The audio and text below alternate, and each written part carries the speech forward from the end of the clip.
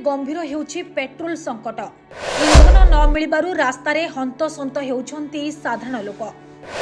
काली रातिरु आरंभ होइथिबा ए समस्या आज आहुरी खराब स्थिति रे पहुंचिछि। केन्द्रापड़ा हेउ कि पट्टामुंडाई सबुठी समान चित्र। पेट्रोल पंप आगरे लंबा लाइन किंतु टांकी रे नाही पेट्रोल। देखंतु ए दृश्य को सकाळु सकाळु पेट्रोल पंप आगरे शताधिक लोकंक भिड़ देखिबा को मिलुछि। केही दुई चकिया गाड़ी धरी घंटा घंटा अपेक्षा करुछंती तो आउ किए चारि चकिया गाड़ी नै लाइन रे रहिछंती। किंतु दुखर कथा अधिकांश पेट्रोल पंप रे नो पेट्रोल बोर्ड लागिथिबा देखिबा को मिलुछि। जेउ केतेक पेट्रोल पंप रे अल्प तेल आसुछि सेठारे लोकमानकर प्रबल भिड़ परिलक्षित हेउछि। प्रबल गरम रे लोके डहळ विकळ हेउछंती किंतु आशा छाड़ी पर नाहंती। दुई चकिया हेउ कि बड़ गाड़ी सबुकु समान भावरे सीमित परिमाण रे पेट्रोल दिया जाउछि। पट्टामुंडाईर किछि पेट्रोल पंप रे प्रबल भिड़ और असंतोष देखिबा को मिलिछि। केही लोक लाइन रे घंटा घंटा धरी छिड़ा होइथिले मध्य पेट्रोल न पाइबारु फेरी जिबाकू बाध्य हेउछंती। तेबे ए नै पट्टामुंडाई पेट्रोल टांकी कर्तृपक्ष कोन प्रतिक्रिया रखिछंती आसंतु सुनिबा।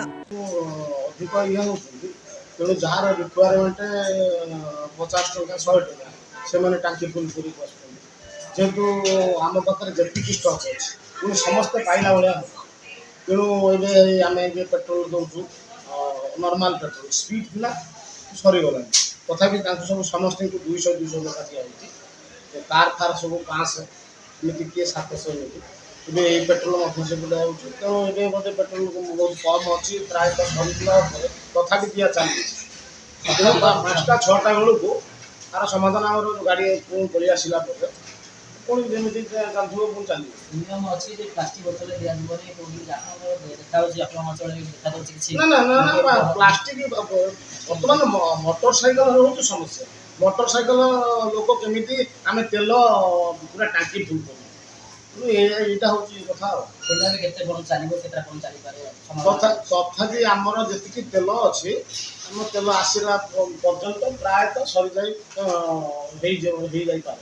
बंद न हो पारे एमती जो हिसाब से आउ लोक जी अधिका गैदरिंग होते तेणु तो समस्या है बंद करने बाध्य हम तो हिसाब कर कहीहबनी बड़ गाड़ी विषय आम काल्कुलेसन पर्यंत आमको समय ही ना मैंने लोक एत गैदरिंग हो समय ना गोटे काल्कुलेसन कर कौन देखू कि ना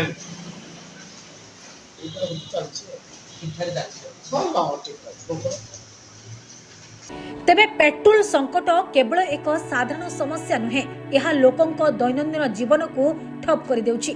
तेणु एही परिस्थिति को नहीं तुरंत पदक्षेप नेबा आवश्यक बोली साधारण रे दाबी होइछि। केन्द्रापड़ारू सरोज पाणीଙ୍କ रिपोर्ट यूबीसी न्यूज।